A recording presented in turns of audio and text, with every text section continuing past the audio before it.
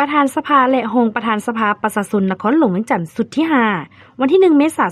2026 อยู่ห้องว่าการนครหลวงเวียงจันทร์กองประชุมครั้งปฐมฤกษ์ของสภาประชาชนนครหลวงเวียงจันทร์สุดที่ 5 ได้รับร้องเอาโครงประกอบการจัดตั้งสภาประชาชนนครหลวงเวียงจันทร์สุดที่ 5 โดยลงคะแนนเสียงเห็นดีรับร้องเอาคือ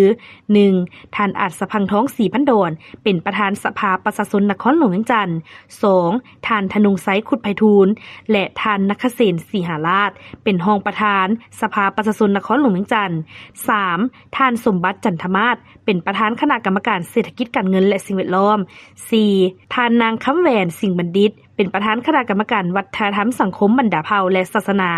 5. ท่านนางบัวพันธ์ธีรศักดิ์เป็นประธานคณะกรรมการป้องกันชาติป้องกันความสงบและยุติธรรม